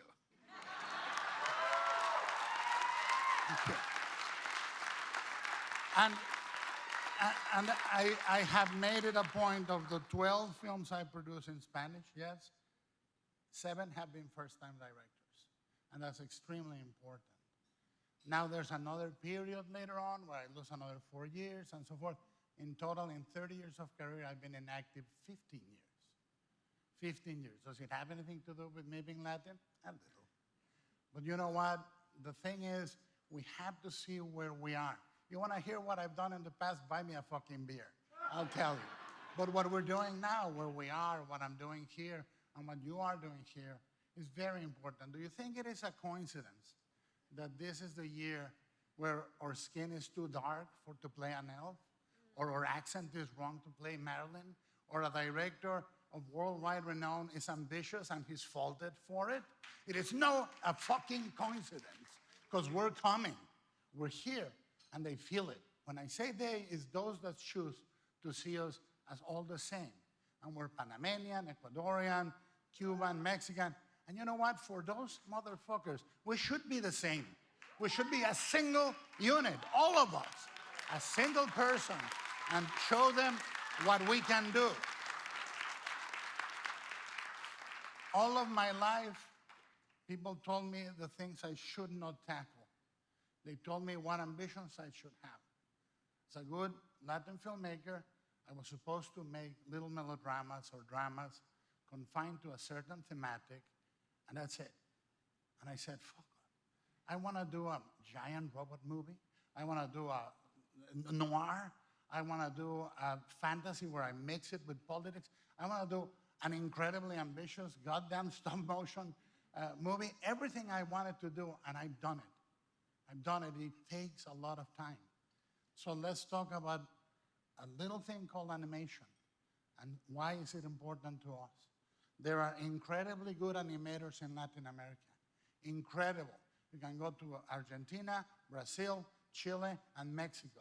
And in every country, there is a great group of young people making animation. And it is very important to also remember that one of the fathers of stop motion was Marcel Delgado, who was what? Mexican? Yes, he was Mexican. How about them apples, motherfuckers? You know? So, I believe in animation as a form that allows young people in Latin America to express themselves against power without government support, to talk about things that are important to them. I have active a scholarship, and now we're about to send the 10th person to Paris to study animation, and all expenses paid, because I believe one thing, and this is very important for all of you. If you change one life, you change a generation. One life changes a generation. That's why we are here. We are here to do that.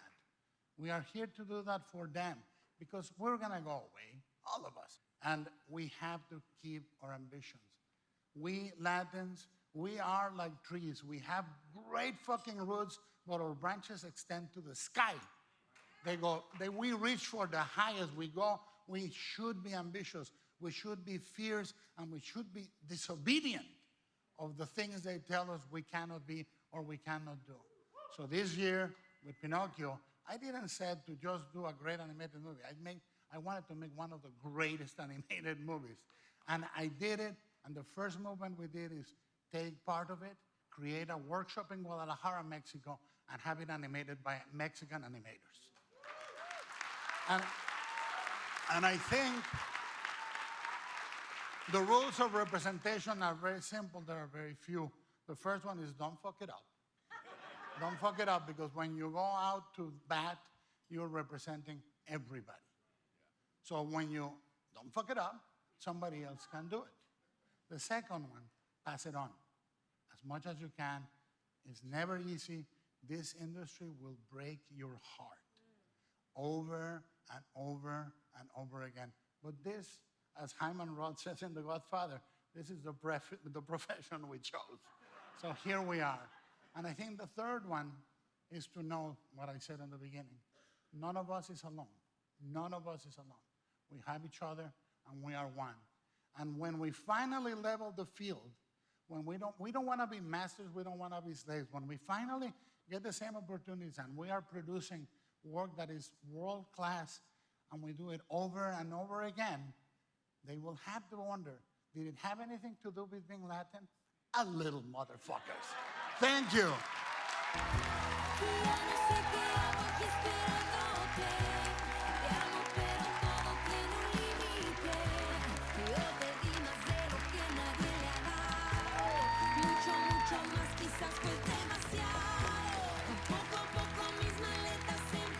Oh, that's the best speech.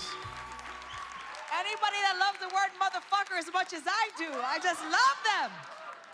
Oh, what a wonderful, incredible, inspiring speech. I really, and what a great way to end this very, very special evening. Before we wrap it up, I wanted to give a quick thanks to everyone who worked on this show, especially the producers of the show, Madeline Hammond and Javier Sosa Infante.